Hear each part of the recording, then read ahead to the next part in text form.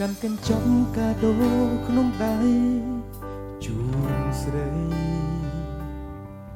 ហុចកាដូឲ្យទៅចរណៃទាំងញញឹមតែអូនមិនព្រមយកធ្វើឲ្យបងអសង្ឃឹមញញឹមប្រែคล้ายទៅជាស្រពោ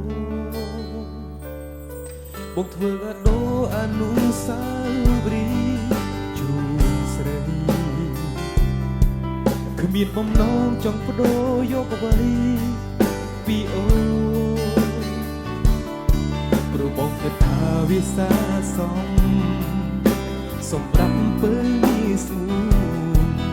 តែអូនបែបប្រកែមិនទទួលកាដូបងអើយទៅស្រីហើយក្តីស្មោះត្រង់ពីបេះដូង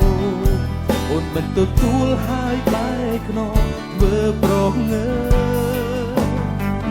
មិនព្រមទទួលគួរໄວសូមស្រីមេត្តាប្រាប់ចំឡាយឬមួយអ្នកគិតថាគ្មានតម្លៃព្រោះឯងព្រោះគួរសមឯងគួរសមឯងសម្លេងអូនដូចម្ចាស់ពានរង្វាន់និយាយទៅសម្លេងអូនល្អយើងជួយច្រៀងគ្នាណាបត់ចាំជើងបងស្ដាប់បរិយាកាសបែបនេះល្អជួយប្រែបងផងខ្លោចអូនបងមកជួយច្រៀងបែបនេះជួយច្រៀង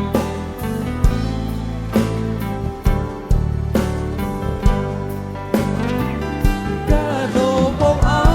យទៅស្រីដោយក្តីស្មោះត្រង់ពីបេះដូងអូនមិនទទួលហើយបែកខ្នងធ្វើប្រងើមិនព្រមទទួលព្រោះអ្វីសូមស្រីមេត្តាប្រាប់ចំឡាយឬមួយអ្នកគិតថាគ្មានតម្លៃសប្បាយចិត្តបានអ្នកទទួល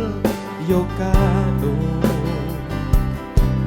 តែឥឡូវបែរហូរទឹកភ្នែក